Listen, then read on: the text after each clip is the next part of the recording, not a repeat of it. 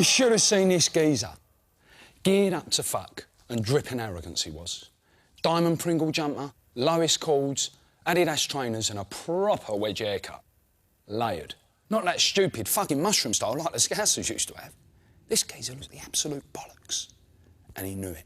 I didn't know he was a face until later. The face, really.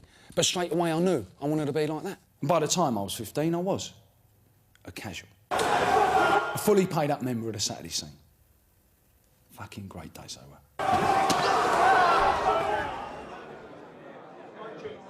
Of course, being a school, we had no money. So if we wanted something, we had to nick it.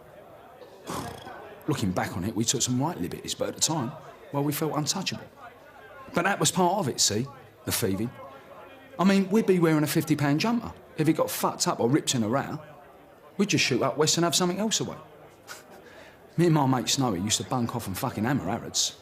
Feeler, Lyland Scott, Ticini, Farrah, Lacoste. We weren't fussy. See, I reckon that's been the biggest change, you know. You know, I mean, back in the 80s, we respected lads for their gear. Not just because it looked good, but because we knew a bit of effort went into getting it.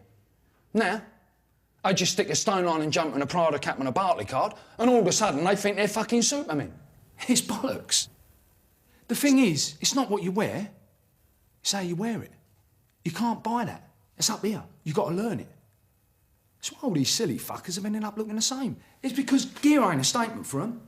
It's a fucking uniform. What is it the papers call them? Oh, yeah, the Burberry Brigade. How sad is that? I mean, you think the press of shit now. You should have seen it back then. I remember this one article. I'll never forget it. This wanker said we were rebelling against Thatcher's Britain. What a load of bollocks. We were too busy looking at nuts and doing the business to be rebelling against anything. Anyway, we were Thatcher's fucking Britain. Some other prick said we were fighting to win our game back from the middle class. It's fucking amazing. I mean, we laughed about it. It added to the buzz. It was like we were this big mystery, yeah? See, where I went wrong was thinking it was about rowing. There's more to it than that. It was about belonging. It was about friendship. It was about being part of something. Something that could explode like that whenever we wanted. Don't get me wrong, I'm not saying we were some kind of super firm who ruled the scene and never got done, because we weren't. We've been turned over plenty of times. Everyone has. Anyone says they've never been run is full of shit. It don't matter who you are. There's always a bigger and better firm. Always.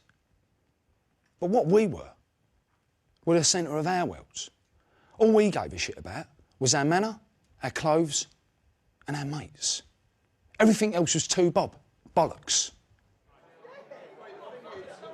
Truth is, I trust any of my mates I go football with more than I trust my own brother, and that's a fact. Don't panic, I'm not going to go into all that second family diamond geezer bollocks. But you take my mate Snowy. I grew up with a fellow, he was best man at my wedding. He's a proper mate. That's why I get pissed off when you hear these pricks on the telly, saying just because you're rare at football must mean you're some kind of mindless thug. Snowy's a maths teacher, for fuck's sake. My other mate, Danny, he's big in computers, and Nicky, that fucker, he employs 15 people and turned over £1 million last year. And me? I'm a trader. I'd do all right for myself. I'm not saying everyone's clued up. There's some right dopey bastards about. But most of my lot are pretty switched on. Do you know what? Sometimes I wonder why we still do it. I mean, you get Nick running with a mob these days, it's game over, so it's a massive risk. It's one of them things we never talk about, see? I don't know what the rest of my mates think. To be honest, I don't want to know. Me, I've been doing it so long I can't imagine not doing it.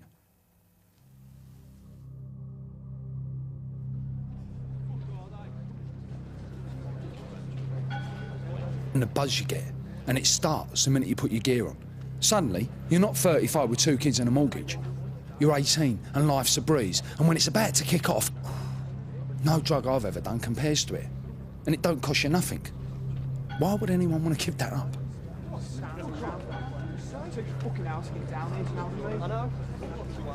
Then there's the big games, where the hatred takes over from the buzz. We got a few of them. Most of the London ones, obviously. But we got a bit of a thing going with a few northern clubs. Leeds, Bolton, Stoke. Of course, there's Cardiff. Fucking mental they are. We've even had a few battles with some job firms over the years. Forget all that Tartan Army bollocks. But the worst are the bastard Brummies. Now, I don't like Northerners at the best of times. Fucking pie-eating monkeys, a lot of them. But them slags, they're a fucking nightmare. I don't really know how it all got started with them. But I've never been to their place when it ain't kicked off. Fair play, though, they will show about ours. Not like some of the mugs you get. Shut up! Oi, fucking oi. Where are you? Where the fuck are you, mate? All right, yeah, do a left. Wait, step. Last season, well, that was something else. When the fixtures come out, we thought, fuck it.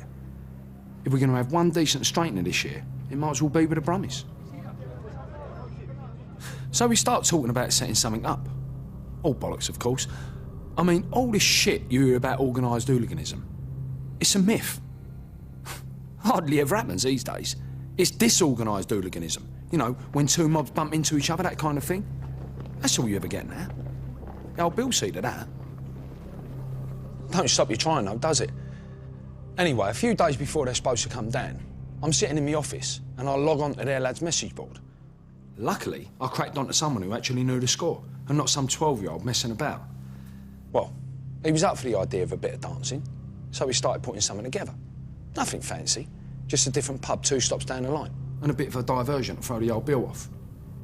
Of course, I'm doing all this, but deep down I kind of think I'm pissing in the wind. I mean, I'm always doing stuff like that, but either they don't show up or the field put a block on it. It's part of the game, do you know what I mean? Dave, where are they then? Shut the fuck up. You've got to play. Keep getting out. Dave, you talk to me. Where's it? Let's stay here.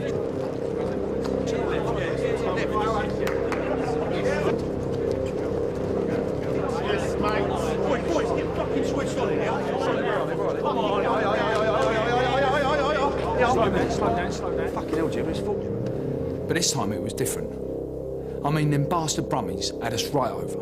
I mean, I agreed 20 heads and no weapons. So what did they do? They turned up with 40, didn't they? All tooled up to fuck. Oi, stand! Oi! Stand! Don't start fucking off! Anyway, there we were, on our own manor, outnumbered 2 to 1, and not a cosser in sight. Now that's what you call a fucking buzz. Imagine winning the lottery and finding out you've lost your ticket, then being told your 13-year-old daughter's been knocked up half hour before your team are about to play in a cup final. Now, condense that into a single second, times it by 20, and you won't even be close to what the fuck we were feeling.